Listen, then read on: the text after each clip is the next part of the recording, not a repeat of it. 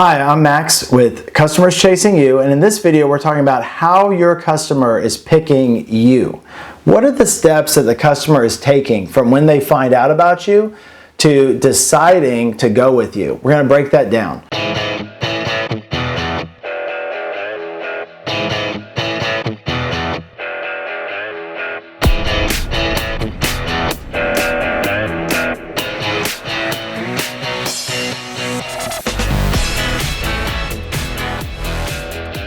Now, I have read a lot of different books about marketing. I have my own experiences. If you guys know me from the show, I have multiple real estate businesses and I'm very involved in marketing of all types, but especially book marketing.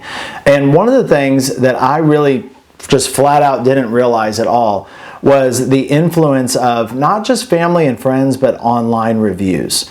So I'm always a big fan, if we're talking about marketing, there's kind of two spaces, right? There's the offline, which is not digital. They're not, you're not looking at a screen to influence or, persuade, communicate. And then there's online, digital, which is, a screen, whether it's somebody finding out about you for the first time, building curiosity, or just going through the communication and the sales channel. So one of the things that I really did not realize at all, I knew friends and family were an important part of the decision making. I knew that referrals, just anecdotally, were powerful. And when I would get a referral, most of the time it turned into a customer. But I didn't really know the numbers. And I was reading a marketing book recently, and I believe the number was 83% of people, when they go out and go first, they talk to friends and family. 83%. So friends and family are really, really important. How are they communicating with them? Well, they're using social, they're obviously using their phones, they're just calling them up. So, you have kind of like two different groups of people if you're a business owner that you need to be influencing. There's obviously, your target customer, but just as important is their friends and family and their, sphere of influence. As we get busier and busier, the way that customers buy changes. Another thing that's interesting, and it was in the same book, it said that 66% of people, when they purchase, they pay attention to online reviews.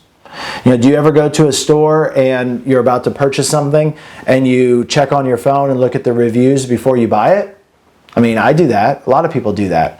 So how is that important to you? And Max, what does that have to do with book marketing? Well, it's part of marketing. And so you can't just market and only focus on your target audience. How can you, influence and communicate and join in the conversation that's happening with their friends and family, with their community, and with online reviews?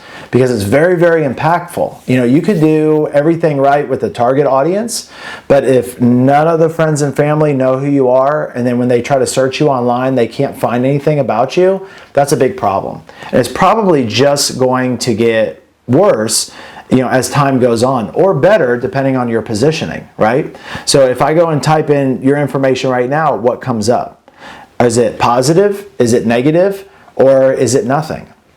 And what can you do about that? Well, it's important that you do something. This show and these episodes are all about putting things into action. So number one is just remember, this is kind of a silly thing and it seems like maybe it's not a big deal, but if you've never heard it, put it into practice immediately, is you never know who you're talking to and what that person, how that person is going to be involved in your life in the future, or what they're going to ascend to be, right? So like we want to be nice to everyone, of course, just being Christians and just being good people or moral people, but you really want to do it, especially now with the way that people can communicate, they can post reviews so easily.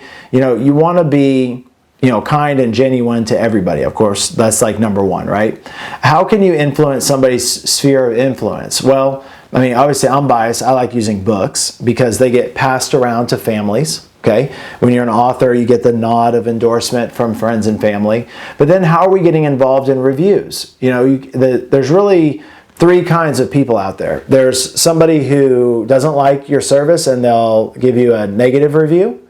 there's somebody who loves you and loves your service, and they'll go out and post reviews without you even asking. But then there's this other person who's the most common, and they're the person who likes you, they like your service, they'll give you a review, but only if they're prompted to do so. So do you have a system in place in your consistent communication plan to where you're engaging people and at least asking for a review after they've had a great experience? Now, here's another part I want you to think about. Are you getting the number of reviews online that you want? You know, for a long time, I struggled to get online reviews with my home buying business, and I couldn't figure out why. And now what I found is the reason is because I was buying the person's home. I was staying in contact with them a little bit, but I wasn't really focused on the customer experience. I wasn't really trying to create a wow factor. And, you know, for the amount of money that I was making per house, there was plenty of room to do so.